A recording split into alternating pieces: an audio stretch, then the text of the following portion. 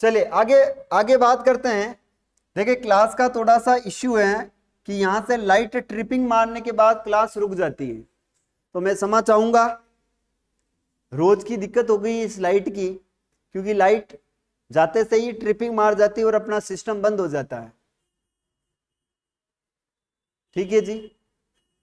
अब पता नहीं क्या प्रॉब्लम हो रही है इनमें, रोज की दिक्कत हो गई, क्योंकि अपन 6 बजे क्लास लेते हैं और ये लाइट का जाना भी 6 बजे होता है, तो ट्रिपिंग की वजह से अपनी क्लास बंद हो जाती है।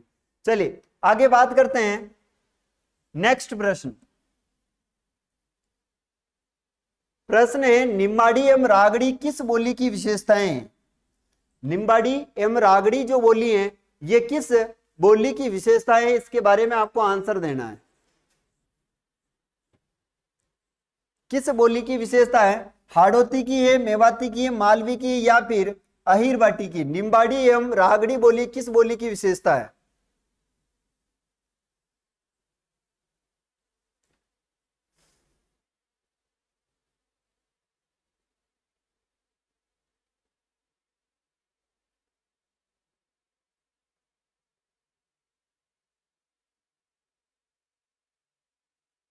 देखिए ये जो बोली है ये आपकी किसकी है? मालवी की है। रागड़ी और निम्बाड़ी दोनों बोली किसकी हैं? तो मालवी की ये विशेषताएं मालवी बोली की याद रखना है। मेवाती ये तो मेवात क्षेत्र में बोली जाती है, मेवात क्षेत्र में। अलवर, भरतपुर, धौलपुर जो क्षेत्र है वहां पर मेवाती बोली बोली जाती है। नेक्स्ट प्रश्न है,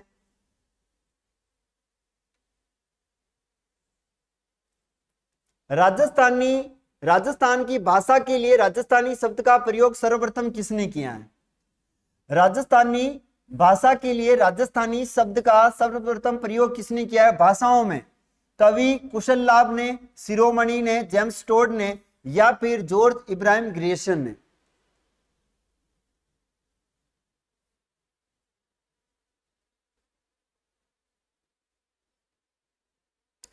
सबसे पहले राजस्थानी भाषा का प्रयोग किसने किया है?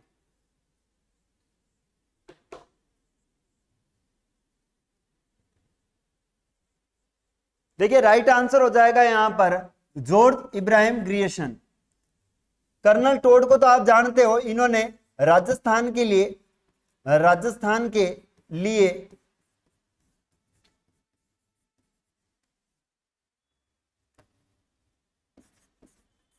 इसने रायथान,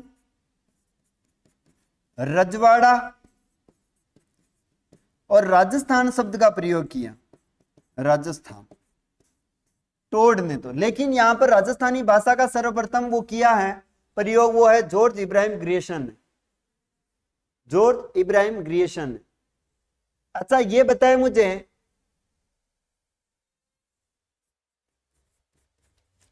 राजस्थानी भाषा का प्रथम उपन्यास किसने लिखा? प्रथम उपन्यास, कहानी और नाटक, ये तीनों किसने लिखे हैं? तीनों किसने लिखे, इनके बारे में आपको देना है। राजस्थानी भाषा का प्रथम उपन्यास, राजस्थानी भाषा की प्रथम कहानी और राजस्थानी भाषा की प्रथम नाटक, ये तीनों किसने लिखे हैं? तो इनका नाम आ जाएगा शिवचंद्र भरतिया। शिवचंद्र भरतिया। शिवचंद्र भरतिया ने राजस्थानी भाषा का प्रथम उपन्यास, राजस्थानी भाषा की प्रथम कहानी और राजस्थानी भाषा का प्रथम नाटक, ये तीनों ही इन्होंने लिखे हैं।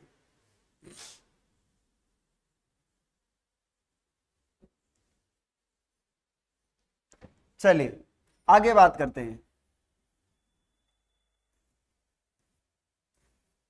नेक्स्ट प्रश्न है, भीलों के जीवन में व्याप्त वैवाहिक भीति चित्र की लोक देवी कौन सी है? भीति चित्र की लोक देवी कहलाती हैं, यहां पर है आपकी भराड़ी देवी, बडाड़ी देवी, भराड़ी देवी, घेर या चौथ माता। भीति चित्र की लोक देवी कौन सी है?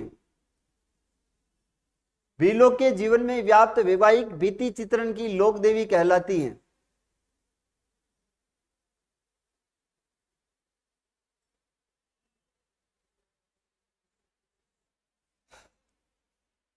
देखिए भीलों की कुलदेवी के बारे में भी आ जाए कभी प्रश्न, भीलों की कुलदेवी, तो इसका क्या नाम आता है कुलदेवी का, ये भी कमेंट करके बताना है।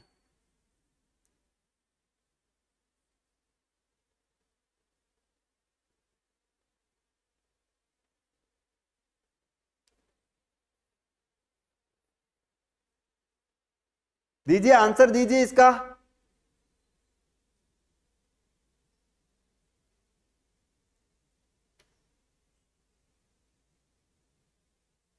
चलिए यहां पर हो जाएगी भराड़ी देवी, और इनकी कुल देवी भी कौन सी है, भराड़ी देवी, याद रखिएगा। अच्छा ये बताओ भीलों के घर को क्या कहते हैं, भीलों के घर को क्या कहते हैं, घर को याद रखना कु या फिर टापरा कहते हैं, कु या टापरा। अच्छा ये बताना है मुझे भीलों के विवाह को क्या कहते हैं, भीलों के विवाह को क्या कहते हैं,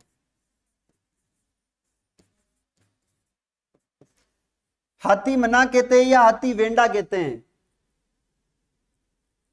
भीलों के विवाह को क्या कहा जाता है, हाथी मना या हाथी वेंडो, कु तो मैंने लिख दिया है। भीलों के विवाह को क्या कहते हैं, हाथी वेंडा या फिर हाथी मना।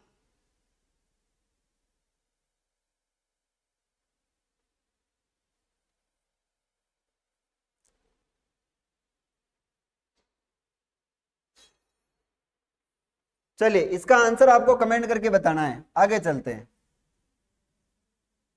नेक्स्ट प्रश्न है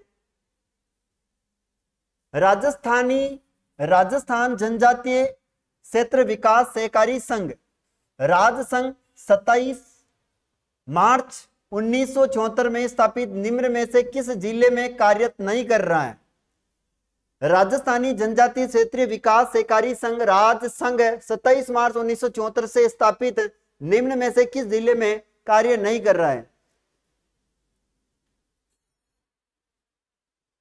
हाथी वेंडो, हाथी मना नृत्य है जी।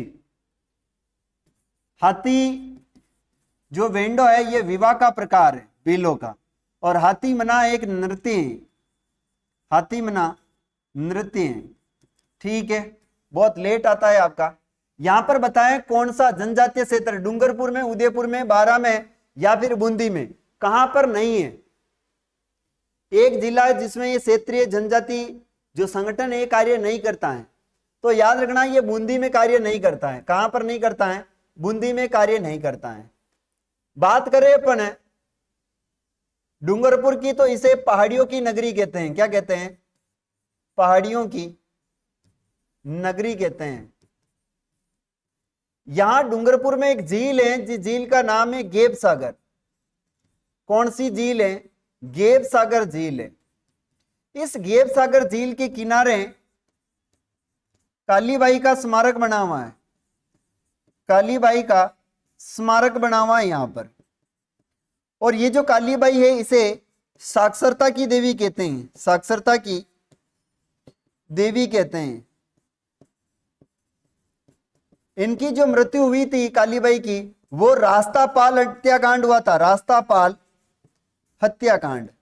और ये रास्तापाल हत्याकांड जो है कब हुआ है, तो याद रखना ये हुआ था 19 जून 1947 को हुआ। और 20 जून को कालीबाई की क्या हुई थी, मृत्यु हुई थी 20 जून 1947 को। 20 जून 1947 को कालीबाई की मृत्यु हुई थी, यह भी आपको ध्यान रखना है। ठीक है जी। 12 की हम बात करते हैं, तो 12 के अंदर यह भी याद रखना यहां पर सीताबाड़ी का मेला लगता है, सीताबाड़ी का क्या लगता है, मेला लगता है। और यहां पर सर्वाधिक कौन रहते हैं, तो सहरिया जनजाति का निवास है। यहां पर सहरिया जनजाति, सहरिया जनजाति सर्वाधिक 12 में रहती है। ठीक है, बूंदी को बावड़ियों का शहर कहते हैं, आप सभी जानते हो। चलिए नेक्स्ट प्रश्न आप सभी के सामने है, किस जनजाति को कर्नल जेम्स टोड ने वन पुत्र की संज्ञा दी है? किस जनजाति को कर्नल टोड ने वन पुत्र की संज्ञा दी है? देखो, किस जनजाति को कर्नल टोड ने वन पुत्र के नाम से संबोधित किया है? मीणा है, सांसी है, गरासिया है या फिर भील है? कौन सी जनजाति को वन पुत्र की संज्ञा दी थी कर्नल टोड ने?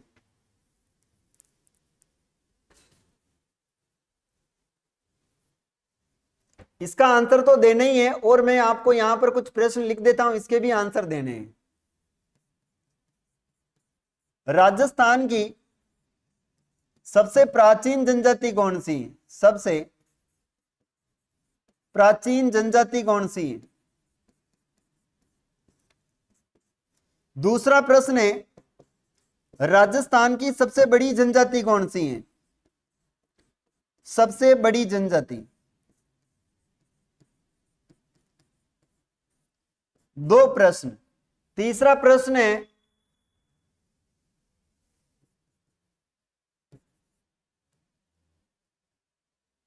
गरासिया जनजाति के मुखिया को क्या कहते हैं? गरासिया जनजाति के मुखिया को क्या कहते हैं? जनजाति के मुखिया को क्या कहा जाता है?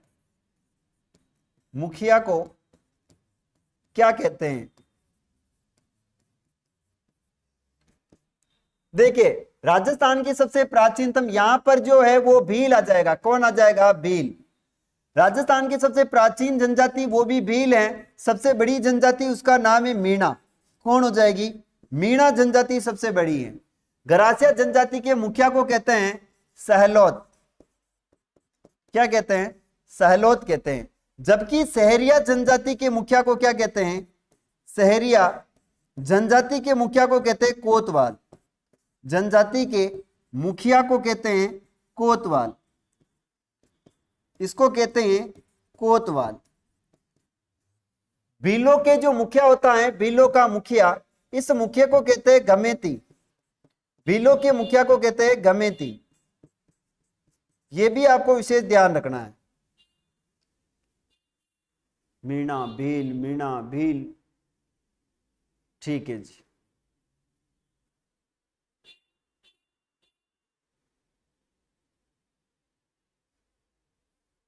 चलिए आगे बढ़ते हैं।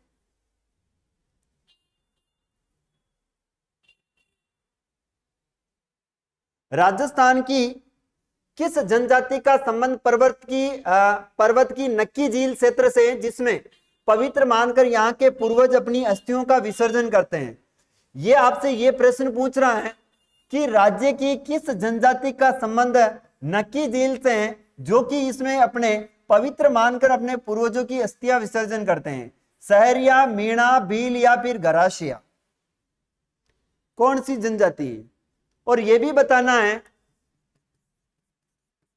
गरासिया जनजाति का कुंभ कहां लगता है? गरासिया जनजाति का कुंभ ये किस को कहते हैं, कहां पर है? और गरासिया जनजाति के लोग जो है अपना विवाह जीवन साथी किस मेले में चुनते हैं? गरासिया जनजाति के लोग जीवन साथी किस मेले में चुनते हैं? जीवन साथी किस मेले में चुनते हैं?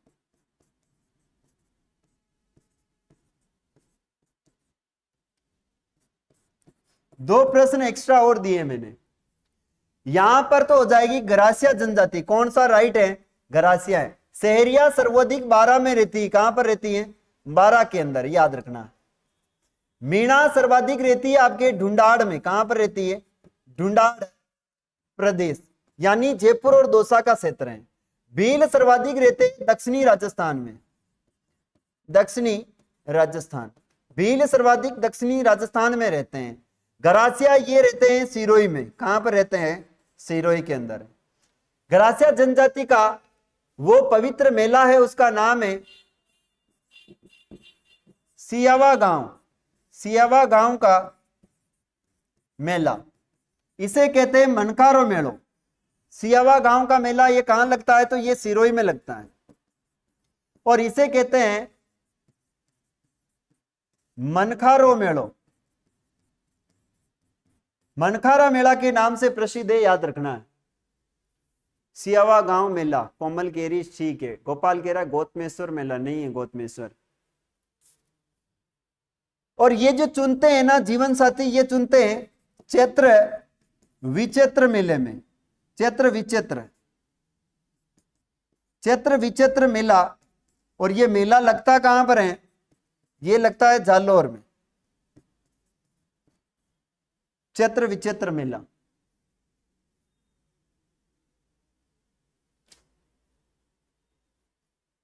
हाँ कोमल, चैत्र विचित्र मेला। चलिए आगे बढ़ते हैं। नेक्स्ट प्रश्न है, भील जनजाति के लोगों द्वारा विवाह के अवसर पर किया जाने वाला नृत्य कौन सा है? भील जनजाति द्वारा विवाह के अवसर पर किया जाने वाला नृत्य कौन सा है? अभी हम चर्चा कर ही रहे थे इसकी कुछ समय पहले। हाथीमना नृत्य है, गोरी नृत्य है, गौरी है, नेजा नृत्य है। अच्छा, देलवाड़ा सिरोही में, ठीक है। चैत्र विचित्र देलवाड़ा में, चैत्र विचित्र मेला। अच्छा मैंने जालोर कर दिया, ठीक है। ये है देलवाड़ा में, कहां पर है? देलवाड़ा। देलवाड़ा कहां है? तो सिरोही में, ठीक है कोमल, ठीक है। यहां से बताए कौन सा है? ए राइट आ रहा है, हाथीमना सही है। अच्छा ये बताए मुझे, भीलों को क्या कहने पर खुश होते हैं? क्या कहने पर खुश होते हैं? बताओ मुझे। और क्या कहने पर दुखी होते हैं? क्या कहने पर दुखी होते हैं?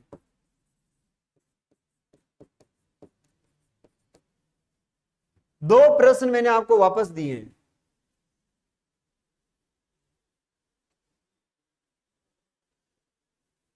देखिए, भीलों को पाड़ा कहने पर खुश होते हैं, पाड़ा कहने पर तो खुश होते हैं, जबकि पोड़ा कहने पर क्या होता है? पोड़ा कहने पर दुखी होते हैं। पाड़ा और पोड़ा दो चीजें हैं, खुशी और दुख होता है। नेजा जो नृत्य है ये भी भीलों का नृत्य है, भीलों का नृत्य है। गौरी, ये याद रखना, नृत्यों का क्या कहते हैं इसे? पाड़ा कहने पर खुश। अच्छा, गौरी को क्या कहा जाता है? इसका उपनाम क्या है गौरी नृत्य का? और राजस्थान के नृत्यों का सिरमौर किसे कहते हैं? राजस्थान के नृत्यों का सिरमौर किसे कहते हैं? ये बताएं मुझे। राजस्थान में नृत्यों का सिरमौर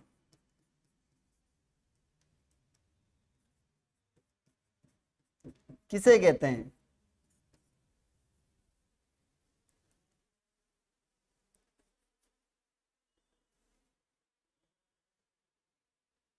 नृत्यों का सिरमौर किसे कहा जाता है?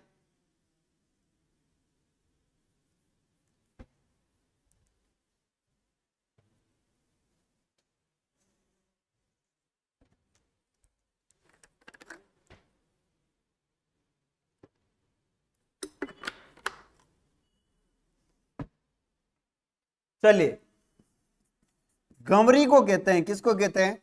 गंवरी। आगे चलते। डामोर जनजाति का मुख्य खाद्यान्न क्या है? अच्छा, डामोर जनजाति जो है ये एक्चुअल में खाती क्या है? डामोर जनजाति एक्चुअल में खाती क्या है?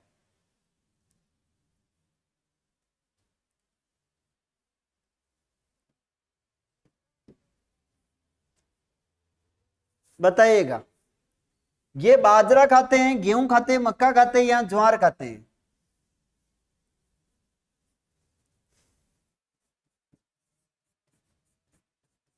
डामोर जनजाति के लोग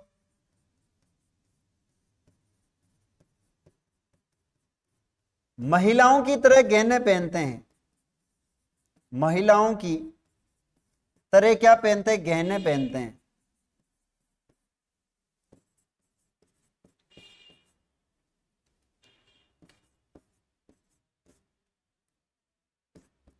पहनते हैं। अच्छा, डामोर जनजाति कहां पर निवास करती है? डामोर जनजाति निवास कहां करती है? जनजाति ये कहां निवास करती है? बताएं, कौन सा क्षेत्र डामोर जनजाति के लिए प्रसिद्ध है?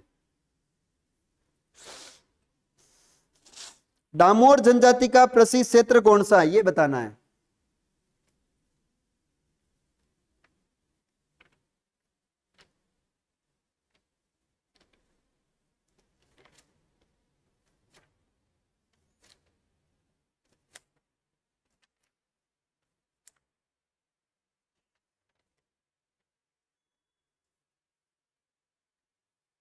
चलिए, ये कहां पर रहती है तो याद रखना, ये रहती है सिमलवाड़ा तहसील। कौन सी तहसील है? सिमलवाड़ा तहसील। कहां पर है? तो डूंगरपुर में है। डूंगरपुर, सिमलवाड़ा तहसील डूंगरपुर में। ठीक है, ये क्या खाती हैं? तो ये इनका मक्का इनका खाद्यान्न है।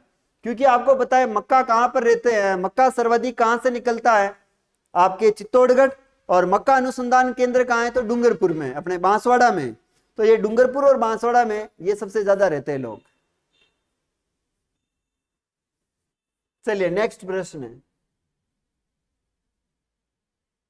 राजस्थान में प्रसिद्ध पटवों की हवेली कहां पर स्थित है?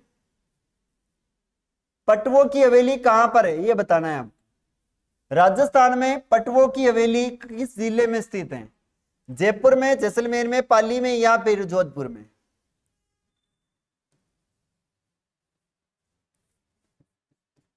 देखो, नथमल की हवेली, पटवों की हवेली, नथमल की हवेली और पटवों की हवेली ये कहां पर है? ये जैसलमेर में। कहां पर है?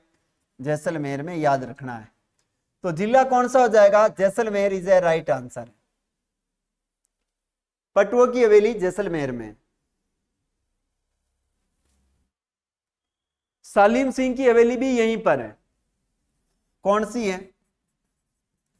सालीम सिंह की हवेली।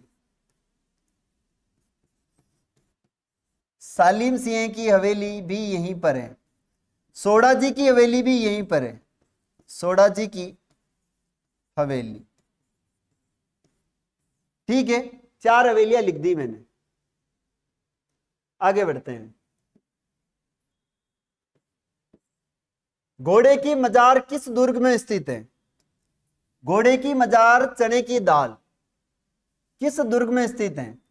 घोड़े की मजार किस दुर्ग में स्थित है? मेहरानगढ़, तारागढ़, गांगरोन या कुंभलगढ़?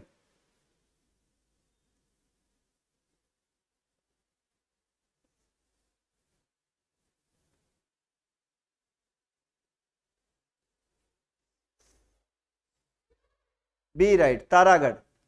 देखिए, घोड़े की मजार तारागढ़ कहां पर है? तो अजमेर में। एक्चुअल में तारागढ़ कितने हैं? तो याद रखना, तारागढ़ 2 है। तारागढ़ जो दुर्ग है ये कितने? तो 2 है। कहां कहां पर है? तो एक तो बूंदी में है और एक कहां पर है? एक है अजमेर में। जो अजमेर में तारागढ़ है वहीं पर घोड़े की क्या है? मजार है। अच्छा, यहां पर घूंघट है, घूंघट है, घुंघरू,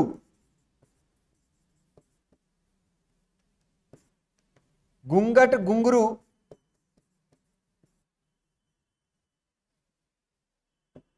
यहां पर क्या है? ये प्रमुख है।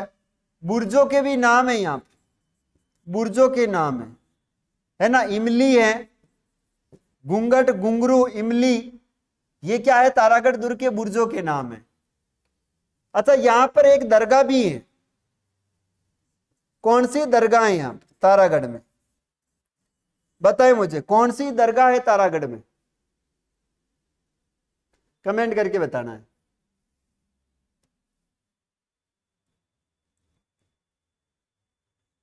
तूरा और कलंकी लोक नाट्यों में तूरा कलंकी प्रतीक है, किसका प्रतीक है? देखिए तुरा और कलंकी लोकनाट्य, जिसमें तुरा और कलंकी किसका प्रतीक है? कृष्ण और रुक्मिणी के, राम और सीता के, राजा और रानी के, शिव और पार्वती के, किसके प्रतीक माने जाते हैं?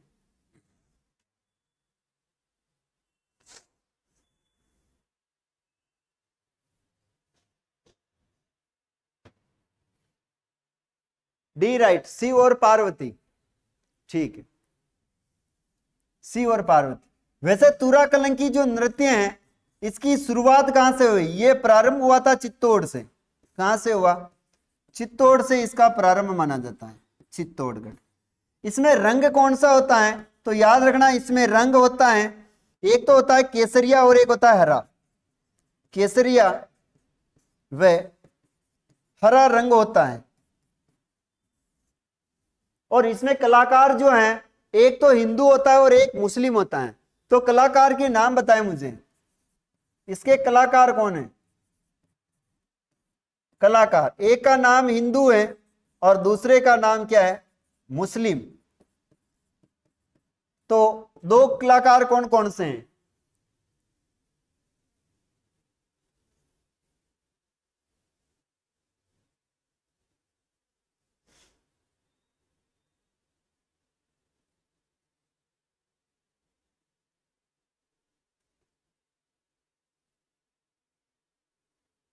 दीजिए आंसर, दीजिए जल्दी से।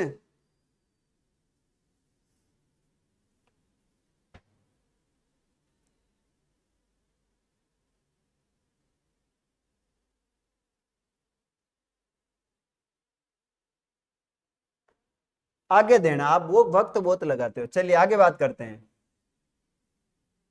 राजस्थान के एकमात्र शास्त्रीय नृत्य कथक के जयपुर घराने के प्रवर्तक माने जाते हैं।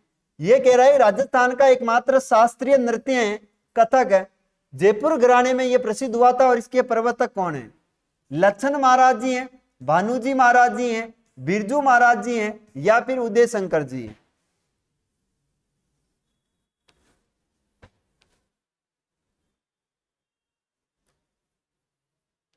देखिए कथक की बात हो रही है, कथक नृत्य राजस्थान का राज्य नृत्य, राजस्थान का शास्त्रीय नृत्य है, राजस्थान का शास्त्रीय नृत्य है। इसके प्रवर्तक कौन है? देखिए इसके प्रवर्तक हैं, उसका नाम है भानुजी महाराज। कौन है? भानुजी महाराज। इनके क्या माने जाते हैं? प्रवर्तक माने जाते हैं।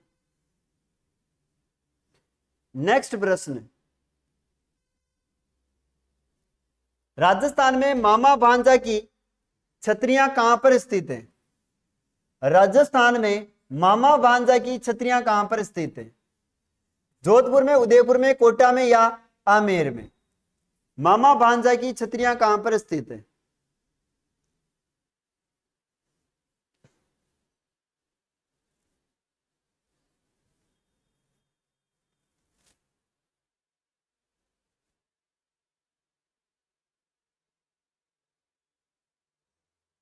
चलिए यहां पर राइट आंसर हो जाएगा मामा भांजा की छतरी जोधपुर में। अच्छा ये बताएं मुझे, मामा भांजा की मजार कहां है? मामा भांजा की मजार कहां पर है?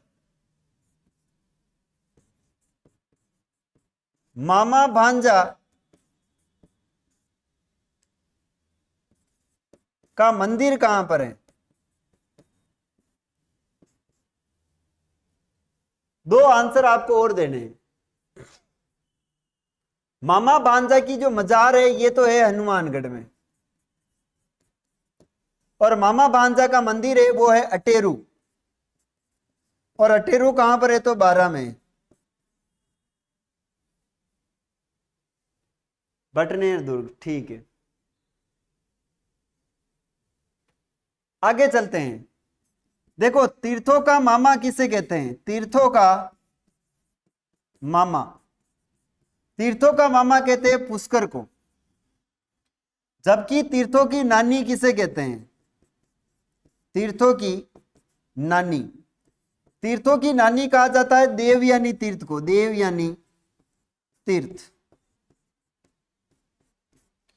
तीर्थों का भांजा किसे कहते हैं? तीर्थों का भांजा ये कहा जाता है मचकुंड को। और मचकुंड कहां पर है? तो मचकुंड है धौलपुर में। कहां पर है? धौलपुर के अंदर है मचकुंड। यह विशेष आपको ध्यान रखना है। अटेरू 12, ठीक है। कोटा के अंदर एक महल पड़ता है जिसका नाम है अबेड़ा महल। कौन सा महल है? अबेड़ा महल। अबेड़ा महल कहां है? कोटा में। यहीं पर याद रखना क्या बना हुआ है? अबीली मीणी का महल है। अबीली मीणी का कोटा में क्या बना हुआ है? महल बना हुआ है। आमेर की बात करें अपन तो आमेर कहां पर है? तो आमेर जयपुर में। यह भी विशेष याद रखना है। चलिए नेक्स्ट प्रश्न है, राजस्थान में आंतड़े की छतरी कहां पर स्थित है? राजस्थान में आंतड़े की छतरी कहां पर स्थित है? जोधपुर में, नागौर में, जयपुर में या फिर अजमेर में? आंतड़े की छतरी कहां पर स्थित है?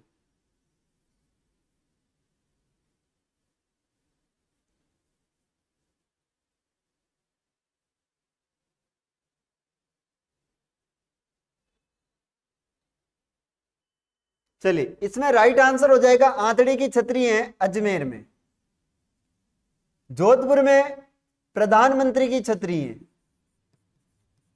प्रधानमंत्री की क्या है? छतरी है यहां। यहीं पर बख्तावर सिंह की भी छतरी है। बख्तावर सिंह की छतरी भी यहीं पर है। यहां पर गोराधाई की छतरी भी है। गोराधाई की छतरी,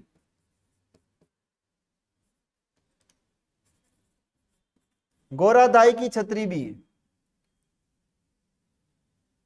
चलिए आगे बात करते हैं। नेक्स्ट प्रश्न, निम्न में से कौन सा वाद्य अवनद वाद्य नहीं है? कौन सा वाद्य यंत्र जो है अवनद नहीं है? झांझ, डेरू, ताशा, ढप, कौन सा इनमें से अवनद वाद्य यंत्र नहीं है? कौन सा वाद्य यंत्र अवनद नहीं है? जिसके ऊपर चमड़ा लगा हुआ वो अवनद है। और ये कह रहा है ऐसा कौन सा है जिसमें चमड़ा नहीं लगा हुआ है?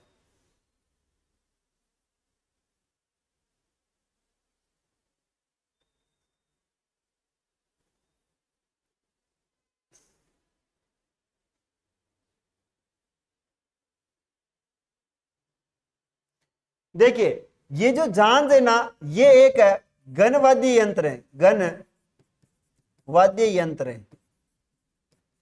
बाकी सारे के सारे डेरू, ताशा, डप ये तीनों क्या है? ये अवनद है। अवनद वाद्य यंत्र है। अवनद वाद्य यंत्र। नेक्स्ट आगे बढ़ते हैं। कर्णाभील किस वाद्य यंत्र का प्रसिद्ध वादक है? कर्णाभील किस प्रसिद्ध वादक का वाद्य प्रसिद्ध कलाकार है? कर्णाभील किस वाद्य यंत्र का प्रसिद्ध वादक है? नड़ का, मोरचंग का, सतारा का या कर्णा का?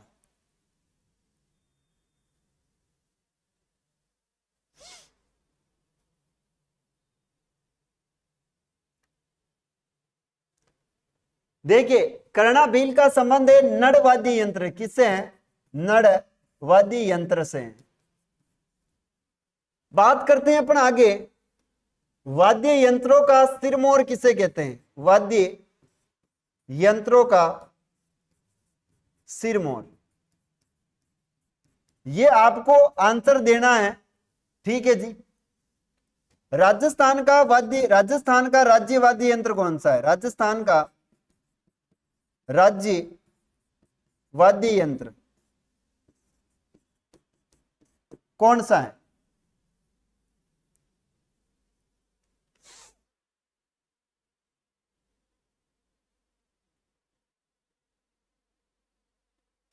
इन दोनों का आंसर आपको कमेंट करके बताना है। आगे बढ़ते हैं। कौन सा वाद्य यंत्र आधे कटे नारियल की कटोरी पर खाल चढ़ाकर बनाया जाता है? कौन सा वाद्य यंत्र आधे कटे नारियल की कटोरी पर खाल मढ़कर बनाया जाता है? रावणता, जंतर, सारंगी या फिर इकतारा? कौन सा राइट होगा यहां?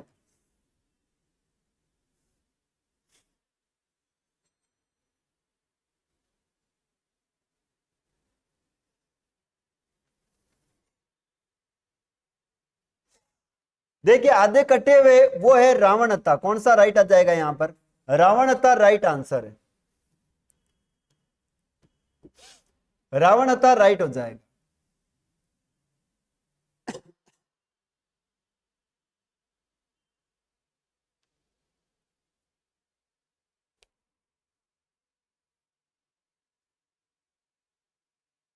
जंतर कैसे आंसर आ रहा है? जंतर दे रही है। रावणता है मनीषा। आगे चलते हैं। विश्व का प्राचीनतम वाद्य यंत्र कौन सा है? विश्व का प्राचीनतम वाद्य यंत्र माना जाता है डमरू को, शंख को, पिनाक को या रावणता को? विश्व का सबसे प्राचीनतम वाद्य यंत्र कौन सा है?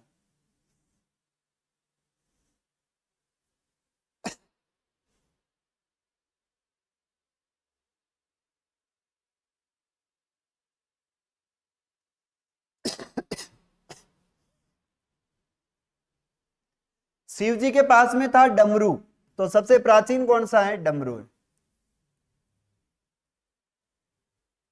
एक लंबे कपड़े पर विभिन्न लोक कलाओं का चित्रांगन कहलाता है? पिछवाइया, कत्था, फड़ या मीनाकारी? देखिए पिछवाइया कला ये नाथ द्वारा की प्रसिद्ध है। नाथ द्वारा की प्रसिद्ध है।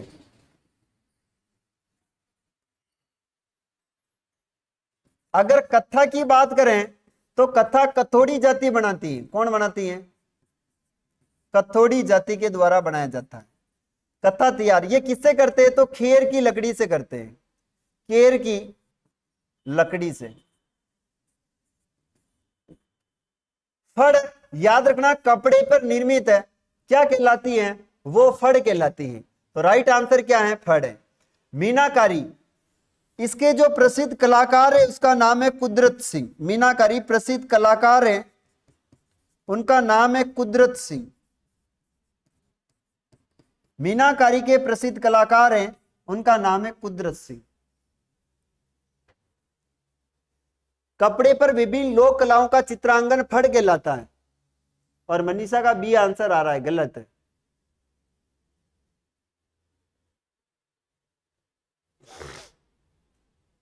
चलिए अच्छा ये बताएं मुझे,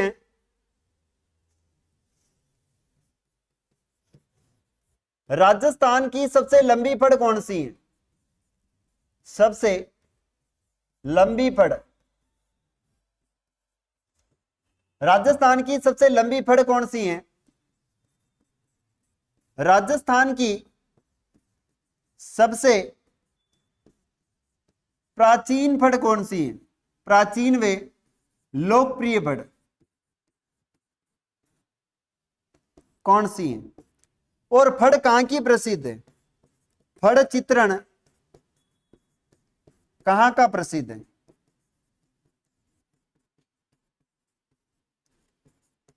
ये शाहपुरा का प्रसिद्ध है। फड़ कहां का है? शाहपुरा का प्रसिद्ध है। सबसे लंबी फड़ किसकी है? तो याद रखना देवनारायण जी की है। देवनारायण जी। सबसे लोकप्रिय फड़ किसकी है? तो पाबू जी की है। पाबू जी।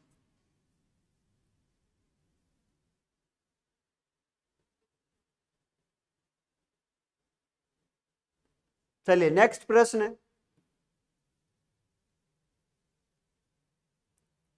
लहरिया मोटड़ा चुनरी, लहरिया मोटड़ा चुनरी धनक किस कला से संबंधित है? थेवा कला से, मीनाकारी से, बंधज कला से या फिर उस्ता कला से?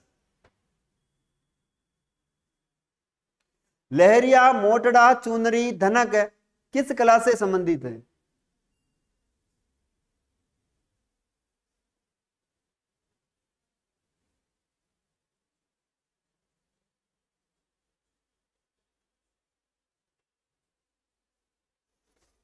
देखिए थेवा कला कहां की है, तो थेवा कला प्रतापगढ़ की प्रसिद्ध है। प्रतापगढ़ की क्या है, प्रसिद्ध है।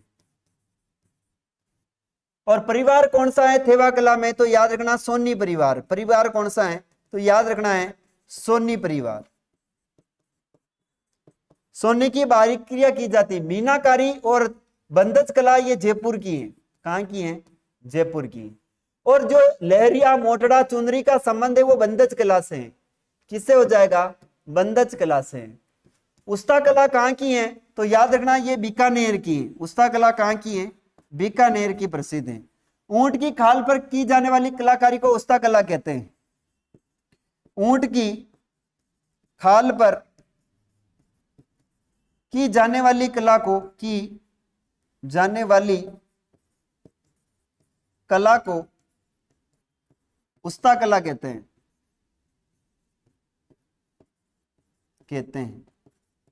याद रखना है। हाँ मनीषा, सी इज राइट आंसर है।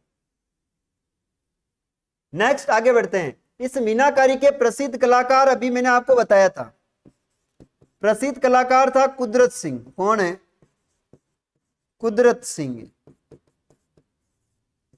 याद रखना है। मीनाकारी का कुदरत सिंह है।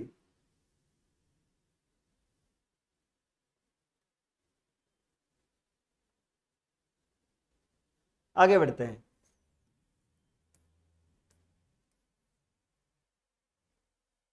पानी को ठंडा रखने के लिए बादला बनाए जाते हैं।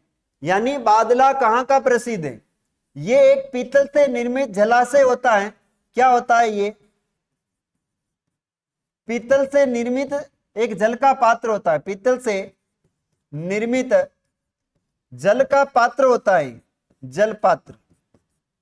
और ये कहां का प्रसिद्ध है, तो ये जोधपुर का प्रसिद्ध है बादला।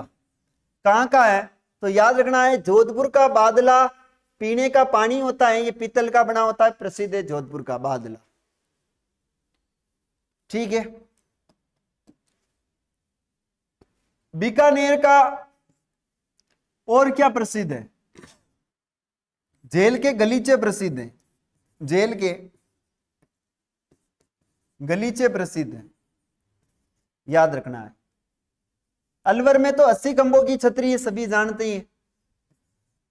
80 खंभों की क्या है यहां पर, छतरी। यहीं पर सिल्लीसेठ झील है, सिल्लीसेठ झील यहीं पर है। अलवर के अंदर एक अभ्यारण्य पड़ता है सरिस्का। कौन सा अभ्यारण्य है, सरिस्का अभ्यारण्य। जोधपुर का बादला प्रसिद्ध है, ठीक है। देखो जयपुर की क्या है, तो याद रखना James and jewellery. James and jewellery,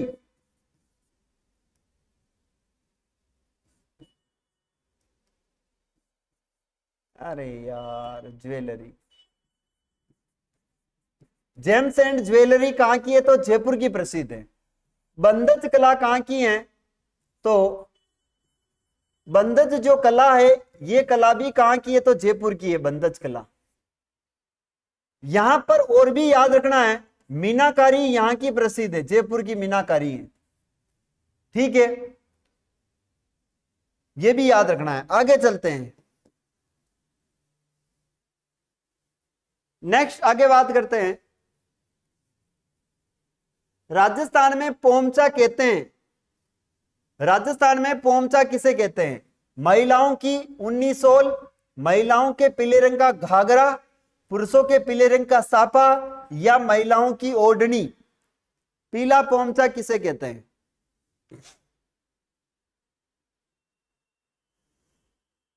मतलब पोमचा किसे कहते हैं। देखो एक तो है पीला पोमचा, एक होता है काला पोमचा।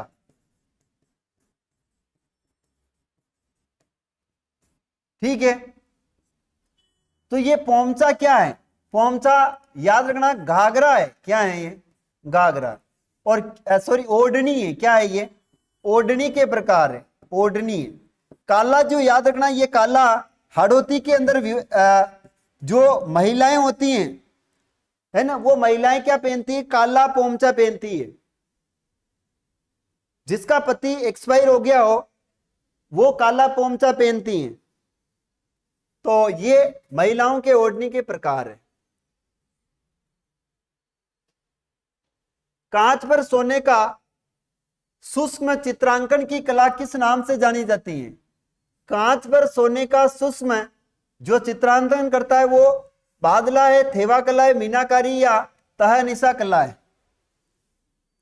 राइट आंसर बताइए इसमें।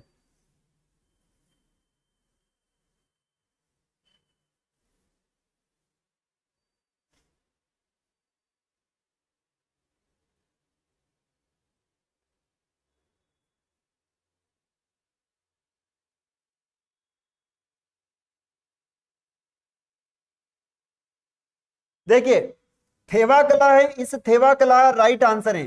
कांच पर सोने का सूक्ष्म चित्रांकन थेवा कला में किया जाता है। नेक्स्ट प्रश्न,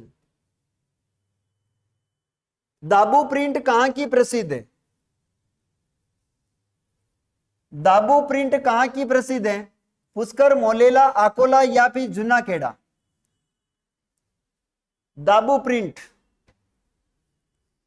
तो ये दाबू प्रिंट याद रखना छिपा अकोला की प्रसिद्ध है। और कहां पर है? तो चित्तौड़ में, चित्तौड़ में दाबू प्रिंट याद रखिए।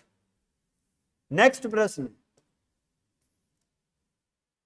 बादला क्या है? अभी मैंने आपको बताया था बादला के बारे में। बादला क्या है?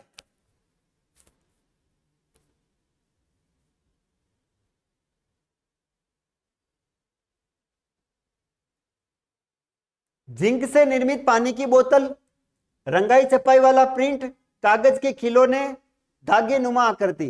तो यहां पर राइट आंसर हो जाएगा जिंक से निर्मित है पानी की बोतल, बादला है। जयपुर की ब्लू पोट्री को अंतरराष्ट्रीय स्तर पर अपनी विशिष्ट पहचान दिलाने का श्रेय किसे जाता है? जयपुर की ब्लू पोट्री को अंतरराष्ट्रीय स्तर पर अपनी विशिष्ट पहचान दिलाने का श्रेय किसे जाता है? मनोहर लाल जोशी, नाथूराम शर्मा, कृपाल सिंह शेखावत या फिर स्वाभिमान सिंह?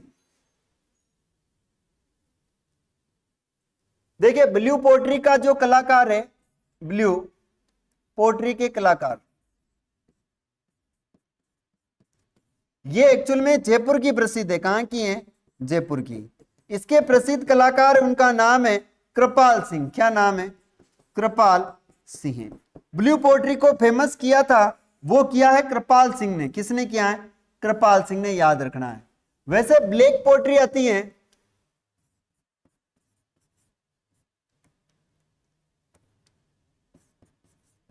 ब्लैक पोट्री, यह ब्लैक पोट्री कहां की है? तो कोटा की प्रसिद्ध है, याद रखना। कहां की है? कोटा की।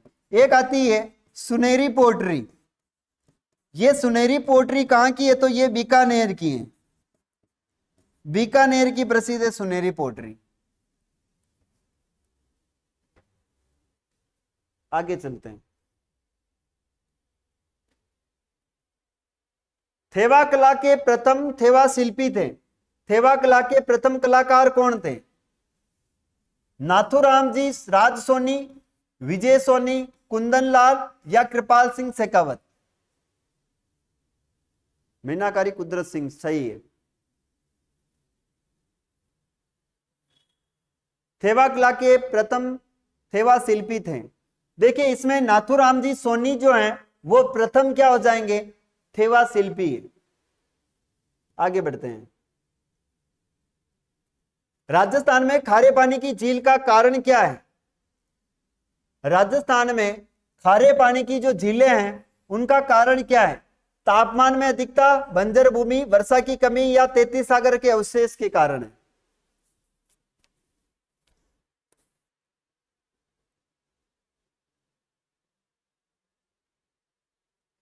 तो राजस्थान में खारे पानी झीलों का कारण है 33 सागर के कारण राजस्थान में अक्सर झीलें खारी मिलती हैं। परिहार शासक बालक राव ने किस झील का निर्माण करवाया? परिहार शासक बालक राव द्वारा निम्न में से किस झील का निर्माण हुआ है? फतेह सागर, ताल छापर, बालसमंद या कायलाना?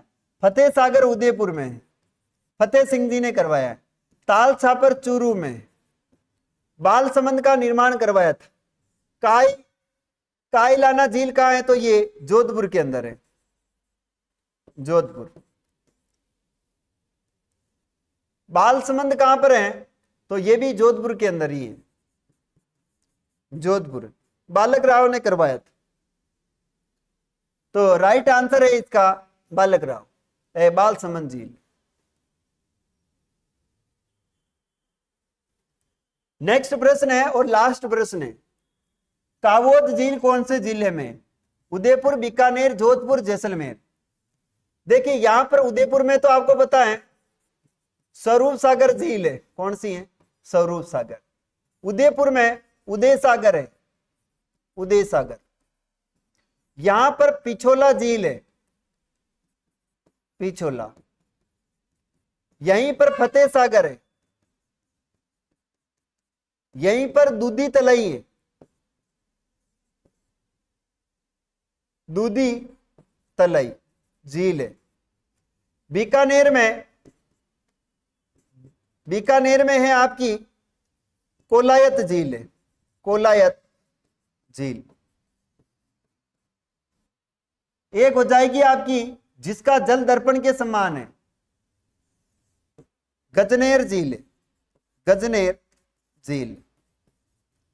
जोधपुर में भी बताया था मैंने बालसमंद, बालसमंद और कायलाना है, कायलाना। जैसलमेर में गढ़सीसर झील है, गढ़सीसर झील है। यहां पर कावोद झील है, जैसलमेर में कावोद। मिट्टी झील है, बुज झील है जैसलमेर में। तो मिट्टी, कावोद और गढ़सीसर ये सारी कहां है? जैसलमेर के अंदर है। तो राइट आंसर हो जाएगा जैसलमेर।